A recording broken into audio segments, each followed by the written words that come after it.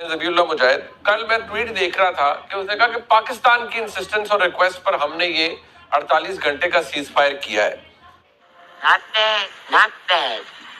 Now you request किसके कहने पर की गई? लेकिन सबसे पहले नाज़रीन खबर आ रही है कि पाकिस्तान के पासपोर्ट की रैंकिंग मजीद नीचे गिर गई है।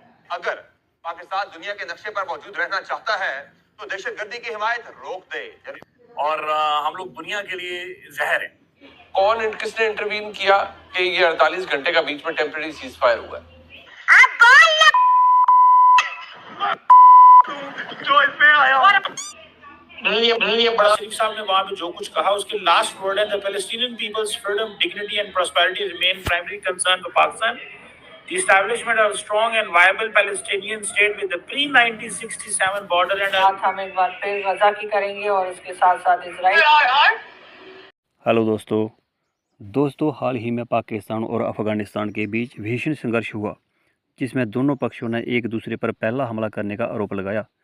पाकिस्तानी सेना ने कहा कि उसने तोपों और हवाई हमले की मदद से हमला नाकाम किया। वहीं अफ़गानिस्तानी तालिबान ने कहा कि इस हमले में उसने 58 पाकिस्तानी फ़ौजी मारे गिराए और कई चौकियों को नष्ट कर दिया। दोस्तों, ये वही पाकिस्तान है जिसने तालिबान को तैयार किया और अफ़गानिस्तान को अस्थिर करने का प्रयास किया।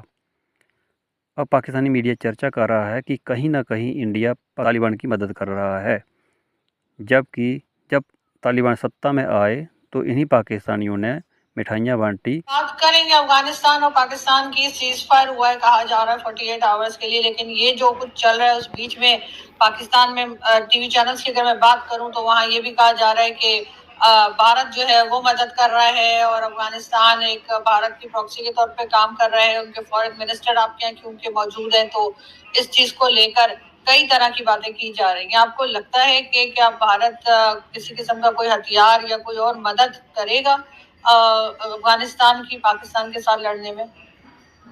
चलिए इस बात को ना कुछ ऐसे देख लेते हैं।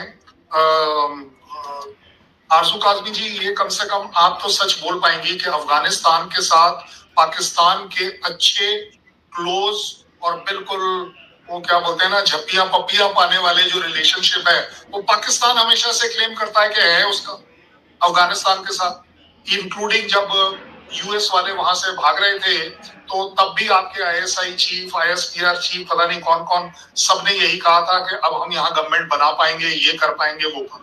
तो ये बात से कोई भी डिनायल नहीं कर पाएगा क्योंकि ये सब ऑफिशियली डॉक्यूमेंटेड है कि पाकिस्तान के रिलेशन क्लेम्ड रहे हैं कि अफगानिस्तान से अच्छे, सिवाय डोरेंट लाइन प्रॉब्लम, ये वो प्रॉब्लम हुई।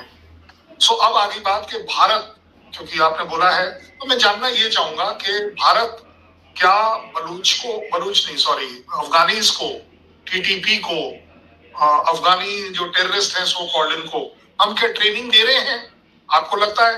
क्योंकि अगर लगता है तो कम से कम एक ट्रेनिंग कैंप आपको मुझे बताना पड़ेगा कि जो क्योंकि ऐसे हजारों की तादाद में अगर ट्रेनिंग मिल रही है लोगों को तो कम से कम 100 के करीब तो ट्रेनिंग कैंप हमारे पास होने चाहिए। नहीं सर, ट्रेनिंग की बात नहीं हो रही। सॉरी सर, आपकी बात काट रही हूँ। ट्रेनिंग की बात नहीं की जा रही, ये बात की जा रही है कि हो सकता है कि आप उनको किसी तरीके का हथियार वगैरह दें। हालांकि हथियार भी उनके पास अमेरिका इतना छोड़ कर गया हुआ है अमेरिका, तो वो क्या करेंगे वो हथियार का? जी, तो मैं आपको सिलसिलेवार तौर पर, क्योंकि आपके पब्लिक को ये जरूर पता होना चाहिए कि हमने कोई अधूरा सा एनालिसिस नहीं कर रहे हैं, बात को तरीके से कर रहे हैं। तो एक पहली बात आ जाती है ट्रेनिंग कैंप की। दूसरी बात आती है ट्रेनिंग कैंप में लाने के लिए रिक्रूटमेंट। कभी कहीं आपके यहाँ ऐसी बात आई कि हमने अफगानिस्तान में कोई रिक्रूटमेंट करी हो? उससे भी आगे बढ़ जाते कि चलो जी ये दोनों चीजें शायद इंडिया नहीं कर रहा। अब आपने जो बात करी है कि हम उन्हें हथियार दे रहे होंगे, आप बता दीजिए हथियार की उनको जरूरत है? जिस तरीके का जखीरा, ये हमारा एस्टिमेट नहीं था, ये पाकिस्तान का था, अफगानिस्तान का था, पूरे के पूरे वर्ल्ड का था कि जितना हथियार असला वो वहां छोड़ गए हैं वो कम से कम अगले 10 साल तक वो काम आ सकता है। इंक्लूडिंग, अगर आपको याद हो, लोगों ने ये भी कहा कि पाकिस्तान भी इसमें से शायद चोरी छुपे निकाल कर उसको बेच दे। ऐसी बातें तब चली थी।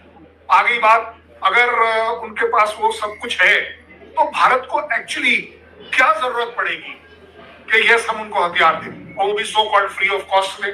कोई ट्रेडिंग कर रहा हो यूएस की तरह तो समझ में आता है कि दोनों तरफ से पैसा कमाने की बात आ रही। Last but not the least, पैसे की बात जो है, कि चलिए जी शायद हो सकता है हमने कुछ पैसों से मदद कर दी हो। वेल, आपके और हमारे बीच में आपकी फौज, ISI और सारे एनालिस्ट हैं वो हमारे पीछे हमेशा ध्यान रखते हैं कि किसी तरह कोई अगर टेरर फंडिंग हो रही है तो उसको प्रूव किया जाए।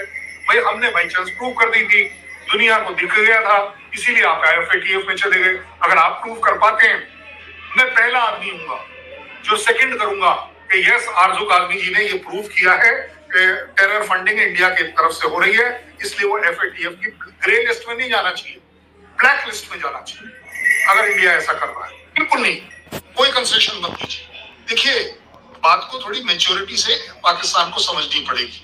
मैं हमेशा से आप लोगों को कहता आया हूं, आपको आंखें खोलकर सच्चाई फेस करनी पड़ेगी। फेस करेंगे, बात आगे बढ़ जाएगी। अब ये जो बात चली है ना कि सीज फायर हुआ है, भाई सीज फायर किस बात का? आपके दोनों के बीच में आपने लड़ाई डिक्लेयर करी, भाई किसी तरह की कोई लड़ाई डिक्लेयर होगी तभी तो सीज फायर होगा ना।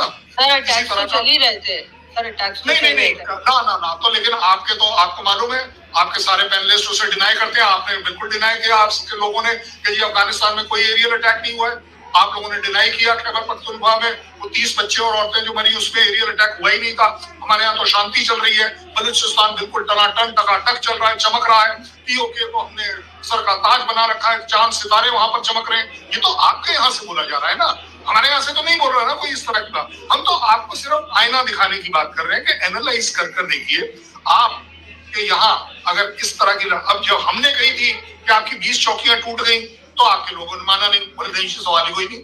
और बाय द वे, हम तो सिर्फ टेररिस्ट के ऊपर स्ट्राइक कर रहे हैं। अगर टेररिस्ट के ऊपर आपका स्ट्राइक है अब तक के सारे, सीज फायर किस बात का?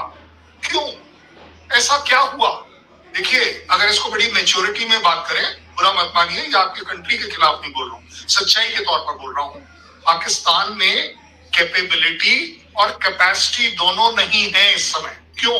क्योंकि आप ऑलरेडी 4 लड़ाइयों में ऑलरेडी उलझे हुए, पख्तूनख्वा में, खैबर पख्तूनख्वा में अटके हुए हैं, अफगान के साथ अटके हुए हैं, TTP के साथ अटके हुए हैं, बलूच के साथ अटके हुए हैं, सिंध के साथ अटके हुए हैं, एंड अबव ऑल आपके अपने पॉलिटिकल इंस्टेबिलिटी हर जगह इमरान खान वाली पार्टी की इतनी ज्यादा है कि वो भी एक लड़ाई से कम नहीं। इंस्टेबिलिटी की अगर मैं बात करूं, देखिए बहुत ज्यादा जरूरत है इस समय पाकिस्तान और आप जैसे पत्रकारों को अपने लोगों को गाइड करने की।